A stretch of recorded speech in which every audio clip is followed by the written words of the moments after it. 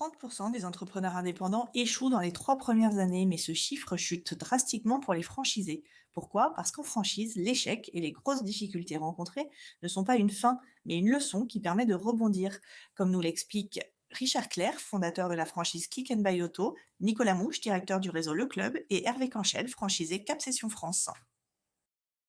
Alors, on va commencer avec vous, Hervé, parce que c'est vous qui avez été confronté récemment à une grosse difficulté. Effectivement, Est-ce oui. que vous pouvez nous en dire un petit peu plus, hein? Oui, bien sûr, il y a pas de on est là pour ça, déjà. Donc, ma difficulté était, de santé. Voilà, donc en tant qu'indépendant, pour moi, il faut savoir être transparent sur tous les angles et avec ses clients et avec ses partenaires. Donc, mon problème de santé était un AVC, voilà, donc en février 2024, assez vieux, ça fait 1 an. Ouais, pas, ouais. J'ai toujours le sourire parce que je dis, l'avantage, c'est que j'ai pas de séquelles cognitives. Donc, ça aurait pu aller jusque-là. Oui. Donc, la clientèle, c'est compliqué. Mais un AVC, un problème de santé, quand on est indépendant, c'est pas forcément simple à surmonter. Voilà. Et on met quand même son activité en pause ou légèrement en pause, du moins en pause pendant au moins quelques semaines et légèrement en pause et on essaye de reprendre et c'est pas forcément simple parce qu'on a des clients, on a un réseau professionnel et on a beau essayer d'être transparent avec les gens, il y a aussi une donnée importante, c'est quand on est franchisé, il faut que l'argent rentre parce que on est aussi indépendant. Voilà. Et justement, comment est-ce que vous avez rebondi après ça? Comment est-ce que vous avez fait? Alors, même peut-être, non pas que après, Pendant? pendant, parce que je sais pas moi quand est-ce qu'a commencé l'arrêt maladie. Si l'arrêt maladie entre guillemets, c'est l'accident. Mais quand est-ce que j'ai repris, je sais pas, parce que 15 jours après, j'ai été hospitalisé. 15 jours après, j'étais déjà au téléphone, je faisais un peu de visio, je faisais avec des clients.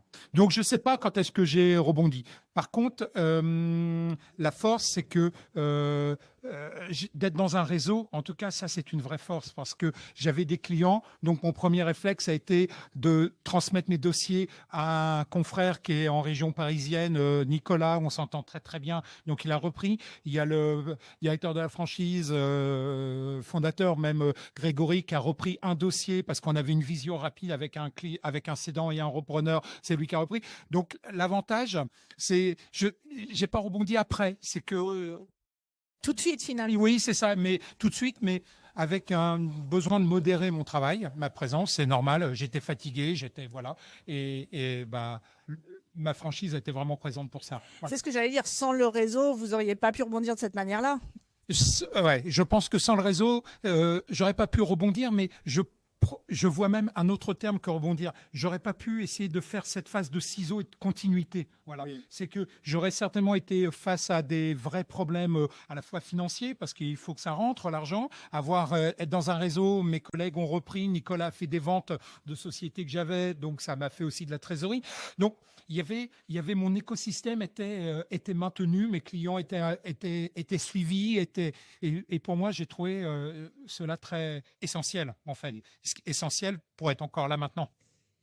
Est-ce qu'à un moment donné, vous avez eu peur de pas y arriver? Vous vous êtes dit, ça va pas le faire? Je crois pas parce que on a échangé un tout petit peu. Vous avez vu, je banalise un petit peu l'accident. A priori, c'est quand même quelque chose de très sérieux. J'en ai fait 2 en plus pour rigoler. Mais c'est quelque chose de très sérieux. Mais moi, je banalise parce que ce qui vous tue pas vous rend plus fort. Et donc, oui, j'ai freiné. Oui, j'ai eu de la fatigue. Oui, mais en fait, le bateau continue à avancer. Le bateau continue à avancer grâce à Nicolas. Il l'entendra, cet enregistrement, il sera content. Et puis grâce à toute l'équipe et à Margot et à Grégory notamment. Hein, voilà. Oui, donc vraiment grâce au réseau. Et grâce au réseau. C'est le réseau, toute l'importance du réseau. Oui, vous savez, vous êtes sur votre ligue d'hôpital et vous avez les appels du réseau. Vous suivez une visio, vous vous cachez à la caméra parce que vous n'êtes pas très en état, mais vous suivez une visio de l'hôpital sur une étude de quinte. C'est sympa parce que votre cerveau, il reste, voilà, ça continue, vous restez le pied à l'étrier un petit peu, voilà. Justement, cet accompagnement, chez vous, c'est quelque chose qui est très important, chez Kick and Buy Auto.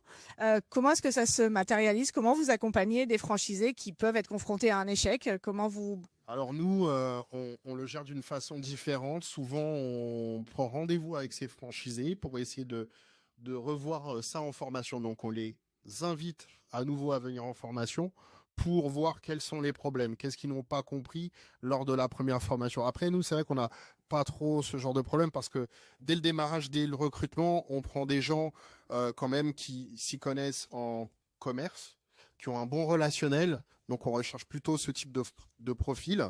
Et ensuite, on a une formation assez longue de plus de 2 semaines. Donc, il y a 1 semaine de formation théorique et 1 semaine de coaching au sein de l'agence. Donc, ils passent par tous les postes au sein de notre franchise. Donc, ça va de la secrétaire, de la personne qui s'occupe de l'administratif, qui s'occupe des ventes, de l'adjoint, du manager, même celui qui nettoie les voitures. Voilà. Donc, vraiment, quand ils arrivent dans leur agence, ils savent tout faire. Ils ont vu les logiciels, ils ont vu les erreurs à ne pas faire. On voit aussi pour tout ce qui est problème juridique, c'est-à-dire tout ce qui est sécurité au niveau des documents, qui peuvent les protéger en cas de problème avec les clients. Puisque le problème qu'on rencontrait souvent avec les franchisés, c'était souvent, ils ne savaient pas comment gérer un litige. Et souvent, ils rendaient la caution, donc le chiffre d'affaires, il baissait. Donc justement, on voit toutes ces phases-là, justement, au cours de la formation, qui leur permettent justement de réussir. Après, il y a un suivi aussi, hein, quand ils ont un problème, ils m'appellent. Oui, Donc il y a la présence aussi, et ça c'est hyper important. C'est vraiment la chose auquel je tenais, c'est quand un franchisé a un problème et je leur dis, tu m'appelles tout de suite, j'essaie de te répondre le plus rapidement possible. oui, vous êtes là au quotidien, entre guillemets, pour régler le souci qui peut intervenir et pour pas le laisser s'installer finalement. Exactement. J'essaie vraiment de le rappeler dans les 2 minutes. Si je vois que j'ai pas pu répondre dans les 2 minutes, je le rappelle. Est-ce que le fait d'être confronté à un litige, à une difficulté, quelle qu'elle soit, ça peut être une difficulté de santé, financière, etc., c'est quelque chose qui arrive fréquemment dans la vie d'un chef d'entreprise? Pour les problèmes de santé, hein, je touche du bois, hein, ça ne fait pas arriver. Heureusement, tout le monde. Ouais, heureusement, Arriver. ça peut arriver. Pour l'instant, j'ai pas été confronté à ça. C'est plutôt des problèmes d'ordre. Voilà, j'ai un litige. Ou alors ce mois-ci j'ai moins vendu, je comprends pas, qu'est-ce qui s'est passé. Donc on essaie en fait avec les franchisés d'analyser les problèmes qu'ils peuvent avoir, et vraiment nous on essaie de les faire revenir en formation, et souvent en formation on se rend compte en fait qu'ils se mettent des barrières. La plupart du temps c'est ça, ou ils ne respectent pas les basiques qu'on a pu voir en formation. Donc du coup on les tanne pour que les basiques soient repris. Et après, le chiffre, il repart. Ça repart d'emblée. Ouais. Nicolas, je vois hocher la tête. Oui, non, bon, de toute façon, je pense que chaque réseau pourrait faire à peu près le même témoignage, hein. Oui. Je pense que effectivement, s'il y a une difficulté temporaire, on peut parler de baisse de chiffre d'affaires, par exemple, parce que c'est très parlant tout de suite. Déjà, essayer de trouver l'origine du problème. Mhm. Donc, reprendre tous les fondamentaux. Et bien souvent, hein, j'allais dire dans plus de 90% des cas, en reprenant les fondamentaux, juste ce qui est simplement dans le manuel opératoire de la franchise, ce qui a été appris en formation, effectivement, rafraîchir peut-être un petit peu les idées, C'est ça. envoyer un animateur en soutien, parce que ça aussi, vous savez, on a cette obligation et cette volonté, au-delà de l'obligation, d'accompagner nos franchiseurs. Donc on a des animateurs réseau, mais on est capable aussi de les détacher spécifiquement. Si demain il y a quelque chose qui est identifié, s'il s'agit même de rassurer un franchisé, tout simplement sur ses capacités, parce que un chef d'entreprise, franchisé ou non, il traverse des périodes de doute. Juste en levant les doutes, juste en le rassurant, parfois ça repart de poubelle. Donc on est capable de mobiliser un animateur réseau qui va aller passer 3 jours sur place, alors que c'est pas prévu à la base. On chamboule un peu les plannings. Pourquoi? Parce qu'on estime qu'il y a une urgence à ce moment-là, on le fait, et dans plus de 90% des cas, ça repart très bien en fait. Parce que choisir un réseau, choisir d'entreprendre en franchise, c'est choisir d'appliquer une recette qui fonctionne, mais sans s'en rendre compte, si un franchisé commence à dévier un petit peu, petit bout par petit bout, au final, on se souvient plus pourquoi ça fonctionne. Surtout ceux qui veulent réinventer le système. Réinventer. On leur dit attention, tu veux mettre plein de choses en place. Déjà, commence à avoir les basiques que tu as vues en formation. Et après, si tu veux rajouter des choses au fur et à mesure, mais il faut pas se disperser. Il y en a beaucoup qui se dispersent en fait. Je pense qu'on vit tous la même chose. Par contre, ce qui est intéressant sur ce point-là, c'est que on n'est pas à l'abri, bien entendu, que nos franchisés aient des bonnes idées. Donc, non mais Faut faire la part. mais on peut pas appliquer à l'instant T chaque idée d'un franchisé qui dirait moi je suis sûr que ça va marcher ou ça. Non, ok, prenons le recul, on entend, on note, on étudie, tu as peut-être raison.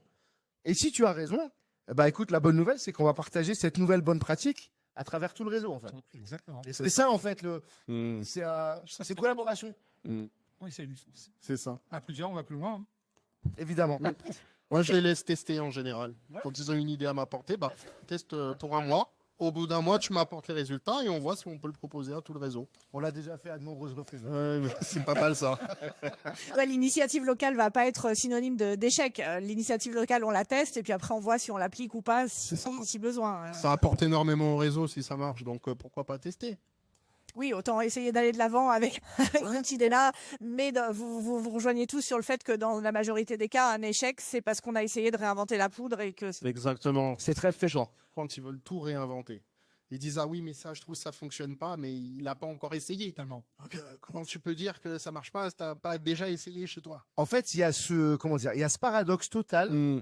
On a l'impression, en tout cas c'est mon sentiment, peut-être que vous allez le partager, mais il y a un paradoxe qui fait que, à la base, on recrute quand même des franchisés qui veulent rejoindre un réseau parce que c'est un réseau qui fonctionne, C'est ça. qui a encore une fois un maillot opératoire, qui a des manières bien à lui de fonctionner. Et pourquoi un an et demi plus tard, parce que c'est souvent le cas, ce même franchisé qui nous a rejoint penserait qu'en fait on sert plus à rien et que lui il peut tout effectivement réinventer. C'est vrai. C'est vrai. Parce qu'on nous paye quand même des redevances, etc. pour qu'on l'accompagne. Mais il refuse, au bout d'un moment, peut-être de se laisser accompagner. Des fois ils refusent l'aide. Ouais. Ça c'est un peu dommage. Ouais. Bah, c'est pour ça que je parle de paradoxe. Ouais. Et donc remettre un peu, parce qu'on ne cherche pas des salariés déguisés, hein, il y a aucun lien de hiérarchie entre nous.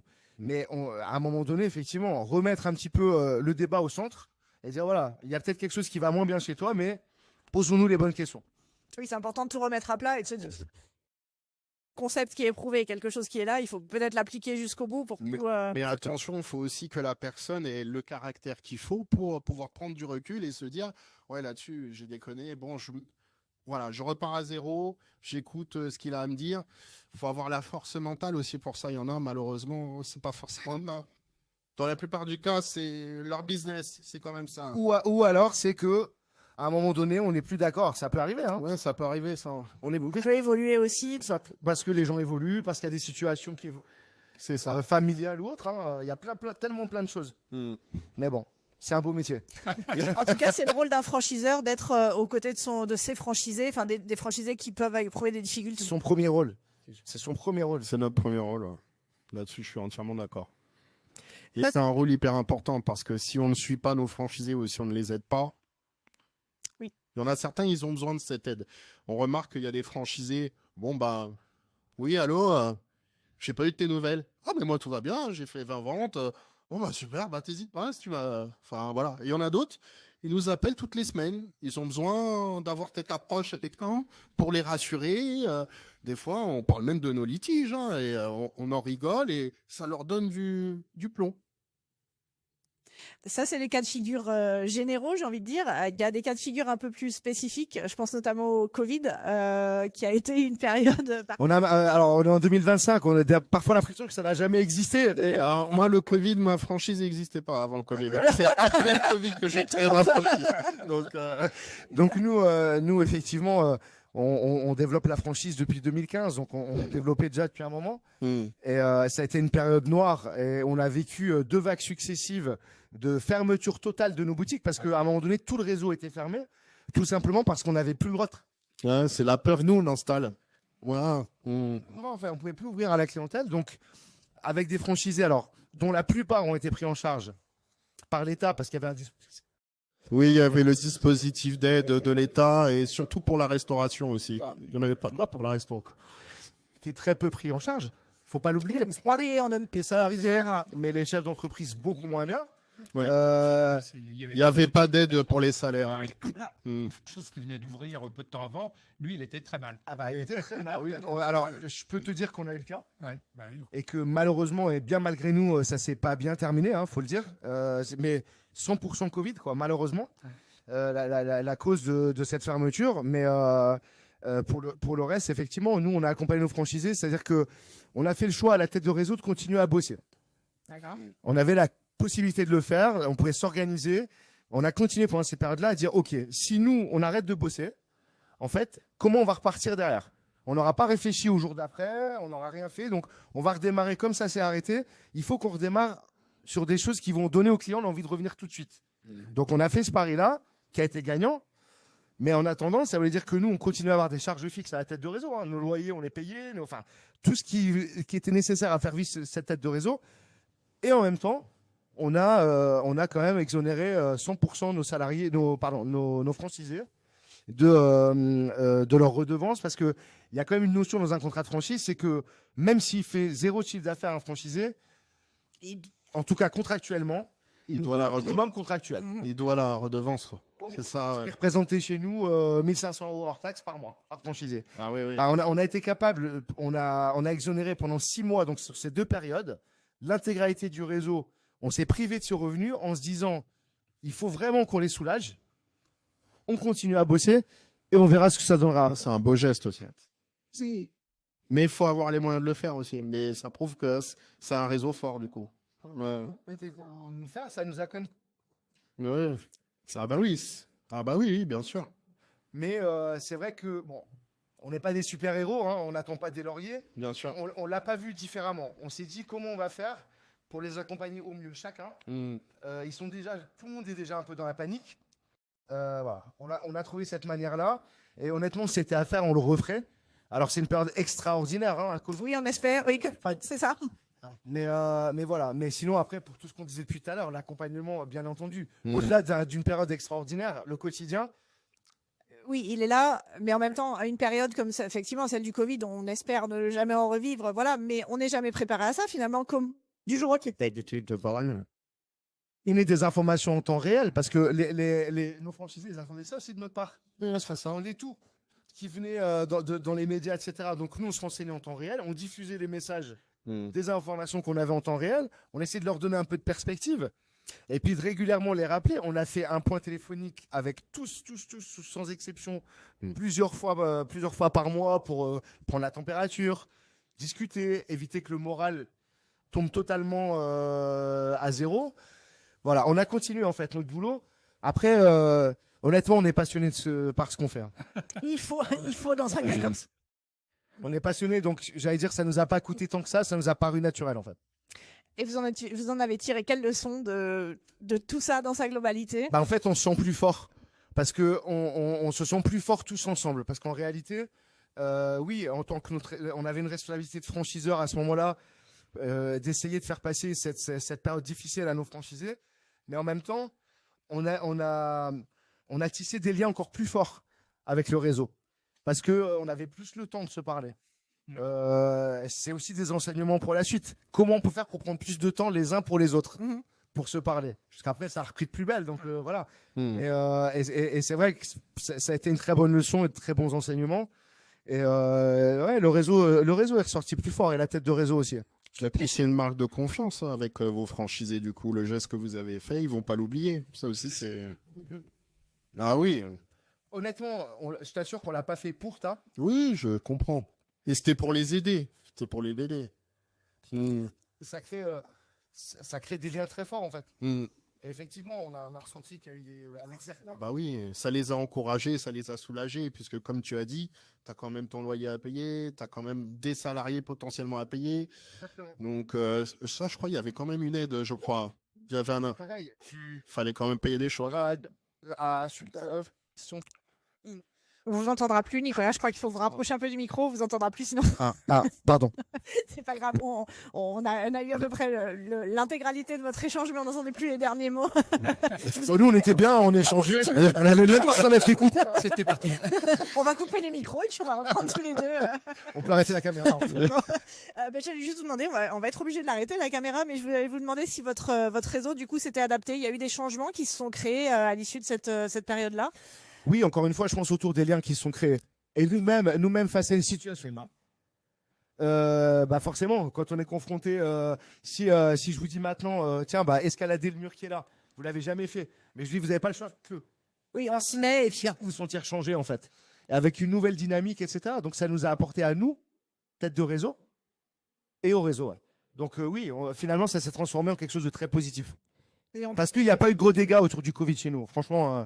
On a eu de la chance, ça a quand même été bien Bien géré. bien géré après. Et puis on a eu de la chance d'être dans un secteur qui a repris très très vite aussi après. Vous alliez dire quelque chose, je crois, Hervé. Ah non, vous vouliez rebondir. Non, mais je partage parce que c'est vrai que cette dynamique que l'on peut trouver sur une tête de réseau, bah, vous êtes entrepreneur, hein, vous avez cet esprit-là et c'est ce qui vous motive au jour le jour quand vous travaillez. Mais aussi, vous êtes avec des gens derrière, normalement, qui sont aussi des entrepreneurs, qui avaient d'autres moyens, d'autres ambitions, qui peuvent expliquer qu'ils sont franchisés et être franchisés. Et je pense qu'on est dans un écosystème qui est dans des moments difficiles comme le Covid, qui font les gens se sont bien serrés les coudes et n'ont pas subi, mais ont essayé de comprendre et bien rebondir derrière. Et pendant et derrière. Ouais. Oui, puis d'une manière générale, quand même, en franchise, on a l'impression que les gens se serrent les coudes, que le réseau est derrière pour épauler les difficultés, les éventuels pseudo-échecs. Ouais, dans une bonne franchise, généralement. Oui, après, quand on choisit bien sa franchise, le réseau est derrière. Exactement, et c'est tout ça, va bien. clin d'œil, voilà. Non, mais merci à tous les trois, en tout cas, d'être Merci à vous. Merci. Merci de nous avoir suivis et puis n'hésitez pas à partager la vidéo avec des entrepreneurs qui vont frôler l'échec ou qui se trouvent en situation un peu compliquée. Merci. Merci beaucoup. Très bien.